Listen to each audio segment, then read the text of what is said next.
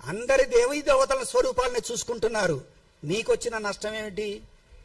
బాబా దేవాలయానికి వెంకటేశ్వర స్వామి భక్తులు వస్తున్నారు, రాముల వారి భక్తులు వస్తున్నారు, ఆంజనేయ స్వామి భక్తులు వస్తున్నారు, అమ్మవారి భక్తులు వస్తున్నారు.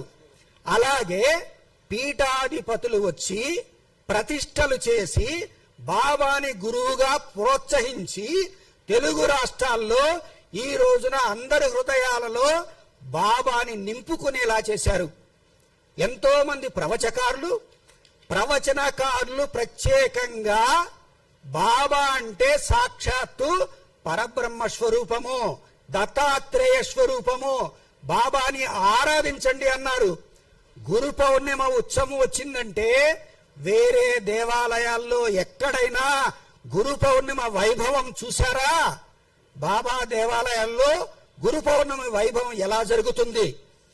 ఈ యొక్క హిందూ ధర్మంలో అనేక మంది గురువులు బాబాలో గురువుని చూసుకొని గురుతత్వాన్ని ప్రచారం చేస్తూ బాబా యొక్క భక్తి మార్గంలో, గురు మార్గంలో ఒక సద్గుణాలను పెంపొందించే విధంగా బాబా యొక్క బోధనల్ని సమాజంలోకి తీసుకువెళుతూ ప్రశాంతంగా బాబా మందిరాలు నిర్వహించబడుతున్నాయి.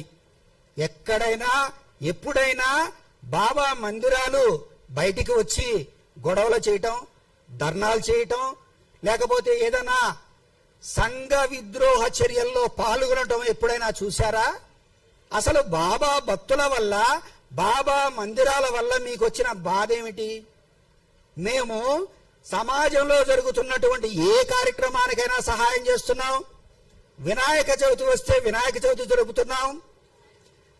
ఏదైనా అమ్మవారి పండగ వస్తే, విజయదశమి వస్తే ఘనంగా విజయదశమి చేస్తున్నాం.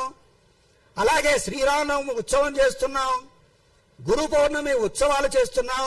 అందరినీ కలుపుకొని పోతున్నాం. ఎవరిని విమర్శించటం లేదు.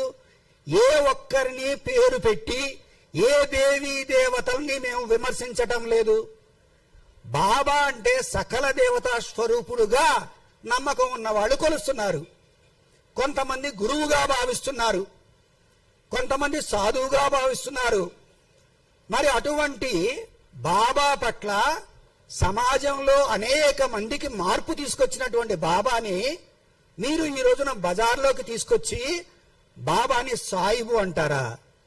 ఎక్కడన్నా ఎవరైనా ఒక్కసారి ఆలోచించండి. బాబా ఒక పాడుబడినటువంటి మసీదును తీసుకొని, మసీదు అంటే ఏమిటండి? నిత్యము కూడా అక్కడ ఏం జరుగుతుంది? ప్రార్థన జరుగుతుంది. మన దేవాలయంలో ధూపదీప నైవేద్యాలు ఎలా జరుగుతాయో ప్రతినిత్యము ప్రార్థన జరిగేదాన్నే మసీదు అంటారు. అలాంటిది బాబా ఒక పాడుబడినటువంటి మసీదును తీసుకొని దానికి ద్వారకామాయి అని పేరు పెట్టి అక్కడ దునిని వెలిగించి తులసి కోటను పెట్టి వచ్చినటువంటి భక్తుల్ని ప్రతిరోజు కూడా ఆశీర్వదిస్తూ బాబాకి పూజ చేస్తూ హారతిలుస్తున్నారు. ఇది ఇస్లాం సాంప్రదాయంలో ఎక్కడైనా ఉందా? ఏ విధంగా మాట్లాడుతున్నారు? అన్ని అసత్యాలే. మీ దగ్గర మాట్లాడేదానికి ఒక్కదానికి కూడా ప్రమాణం లేదు. మేము ఈ రోజున సభాముఖంగా మీరు చేస్తున్నటువంటి అసత్య ప్రచారాలని ఐక్యవేదిక తరపున ఐక్యంగా ఖండిస్తున్నాం. ఇక నుంచి ఎవరైనా సరే అసత్య ప్రచారాలు చేసినట్లయితే పరిణామాలు తీవ్రంగా ఉంటాయని హెచ్చరిస్తూ ఈ అవకాశం ఇచ్చినటువంటి మా బృందానందరికీ ఐక్యవేదికకు కృతజ్ఞతలు తెలియజేస్తూ మీడియా మిత్రులకి నమస్కరిస్తూ ధన్యవాదాలు తెలియజేస్తూ నేను మీ ముందు సెలవు తీసుకుంటున్నాను. అలాగే ఇప్పుడు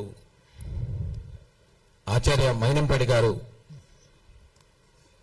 ఇప్పుడు జరుపుతున్న పీఠాధిపతుల గురించి, నిన్న మన జరిగిన దాని గురించి చక్కగా వివరిస్తారు.